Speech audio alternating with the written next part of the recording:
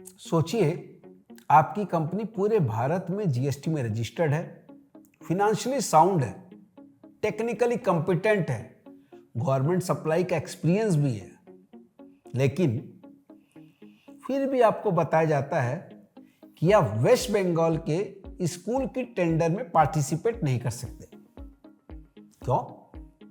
क्योंकि टेंडर की एक शर्त ने आपके हाथ पांव बांध दिए। अब आप पूछेंगे, भाई ऐसी कौन सी शर्त है, जरा हमें भी तो बताओ।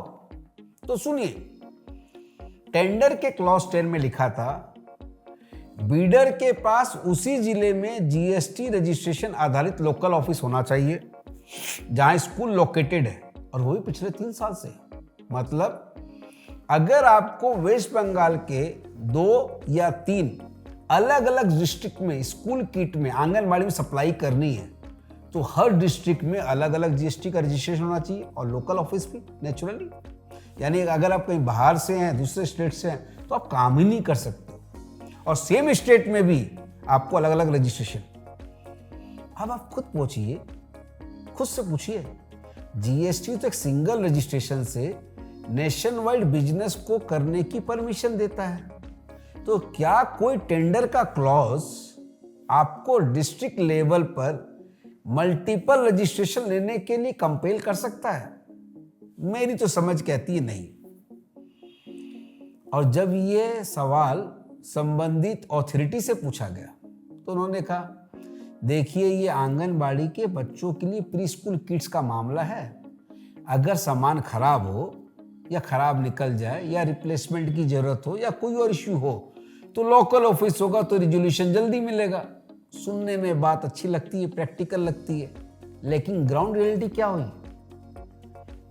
बाहर की कई कॉम्पिटेंट कंपनियां बाहर हो गई, कंपटीशन कम हो गया, यानी एक आर्टिफिशियल ब्रिज जो क्रिएट हो गया था, आर्टिफिशियल बैरियर जो क्रिएट हो गया था, यानी मोटे तौर पे कहा जाए तो लेवल प्लेइंग फील्ड जो था डिस्टर्ब हो गया। अब ऐसे में कंपनी है तिरुपति एग्रो सीड्स लिमिटेड, नहीं सॉरी गलत बोल दिया मैंने, Tirupati agro seeds distributors private limited. तो उन्हें लगा कि ये तो भाई गलत है, और मामले को लेकर पहुंच गए कलकत्ता हाई कोर्ट। तो कंपनी ने कोर्ट में कहा कि भाई जब सरकार टेंडर निकालती है तो उसका ऑब्जेक्टिव बड़ा क्लियर होता है। क्या? पहला, कॉम्पिटेंट जो कंपनी है उसे काम मिले, सरकार को क्वालिटी गुड्स मिले, बेस्ट प्राइस पे मिले, जिससे कि पब्लिक रेवेन्यू का नुकसान नहीं हो। लेकिन इस क्लॉज के कारण कि एक फाइनेंशियल कैपेबल, टेक्निकली एक्सपीरियंस और स्ट्रॉन्ग पास्ट परफॉर्मेंस वाली कंपनी को सिर्फ इस आधार पर बाहर कर देना कि उसका लोकल जीएसटी रजिस्ट्रेशन नहीं है, न तो ये तार्किक लग रहा और न ही न्याय संगत। वैसे भी जीएसटी एक्ट तो कहता ही है कि भाई सिंगल रजिस्ट्रेशन से आप पूरे इंडिया में बिजनेस कर सकते हो, तो फिर टेंडर क्लॉज कैसे रोक सकता है?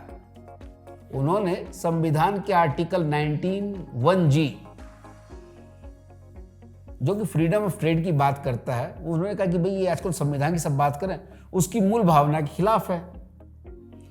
हाँ, उस क्लॉज में आर्टिकल में लिखा है कि गवर्नमेंट रीजनेबल रेस्ट्रिक्शन लगा सकती है, लेकिन मनमाना रेस्ट्रिक्शन कतई नहीं। और इतना ही नहीं, रेस्ट्रिक्शंस का जो है ना ऑब्जेक्टिव से रैशनल नेक्सस होना चाहिए, यानी शर्त और उद्देश्य के बीच सीधा सा लॉजिकल कनेक्शन होना चाहिए। इतना ही नहीं, कंपनी ने हियरिंग के दौरान सुप्रीम कोर्ट के विनिशमा टेक्नोलॉजीज जो 2025 का जजमेंट है, शायद अक्टूबर 25 का रेफरेंस दिया। सुप्रीम कोर्ट ने इस मामले में साफ साफ कहा है, एलिजिबिलिटी क्राइटेरिया ऐसी होनी चाहिए जो वाइडर पार्टिसिपेशन को इंकरेज करे और स्टेट को बेस्ट वैल्यू दे। Level playing field article 19(1)(g) में निहित सिद्धांत है। अगर सरकार बिल्डर की कैपेबिलिटी को जांचना चाहती है तो वह देख सकती है फाइनेंशियल कैपेसिटी, टेक्निकल एक्सपीरियंस और सिमिलर वर्क का पास्ट रिकॉर्ड। लेकिन यह कतई जरूरी नहीं है कि एक्सपीरियंस उसी डिस्ट्रिक्ट का हो। अब स्टेट की जो वकील थे वो कहाँ चुप बैठने वाले थे, वो भी एक जजमेंट खोज के लाए 2020 का शिल्पी कंस्ट्रक्शन कॉन्ट्रैक्टर का, जहां सुप्रीम कोर्ट ने कहा है कि भाई टेंडर में कंडीशंस क्या होंगी यह तय करना एग्जीक्यूटिव अथॉरिटी का डोमेन है। कोर्ट अपील की तरह टेंडर के टर्म्स की समीक्षा नहीं कर सकता है। कोर्ट केवल यह देख सकती है क्या डिसीजन आर्बिट्रेरी था, क्या प्रोसेस में कोई फ्लॉ था, क्या किसी कानून का उल्लंघन हुआ। अब कोर्ट के सामने दोनों लोगों के आर्गुमेंट थे। हाई कोर्ट ने रिकॉर्ड को देखा और कहा हमें यह समझ नहीं आ रहा है कि जीएसटी रजिस्ट्रेशन दो अलग अलग जिलों में मैंडेटरी कैसे किया सकता है। एक बार जीएसटी रजिस्ट्रेशन मिल गया तो पूरे भारत में वैलिड है। अथॉरिटी ये कंडीशन नहीं लगा सकती है कि बिजनेस उसी जिले में हो या रजिस्ट्रेशन उसी जिले में हो जहां पर स्कूल है। अथॉरिटी को केवल ये देखना चाहिए कि बिल्डर सप्लाई को करने में कैपेबल है या नहीं। अगर वर्क ऑर्डर मिलने के बाद बिल्डर कंडीशंस को फुलफिल नहीं करता है टेंडर्स की, तो अथॉरिटी के पास एक्शन लेने का पूरा पावर है। लेकिन एंट्री गेट पर रोक देना यह गलत है। और फाइनली रेस्ट्रिक्टेड क्लॉज 10 उसे रद्द कर दिया गया, टेंडर की तारीख बढ़ाई गई।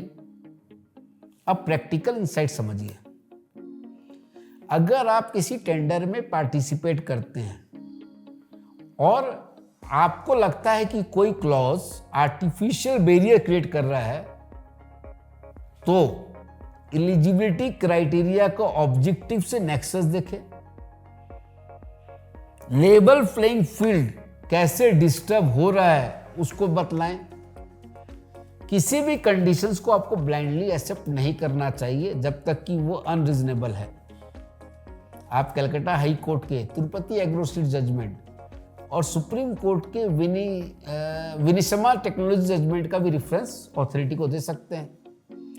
और अथॉरिटी अगर आपकी बात को रिव्यू नहीं करे तो कोर्ट का दरवाजा तो खुला ही है, खुला था, खुला है, खुला ही रहेगा। तो याद रखिए, जीएसटी एक राष्ट्रव्यापी व्यवस्था है। कंपटीशन भी राष्ट्रव्यापी होना चाहिए।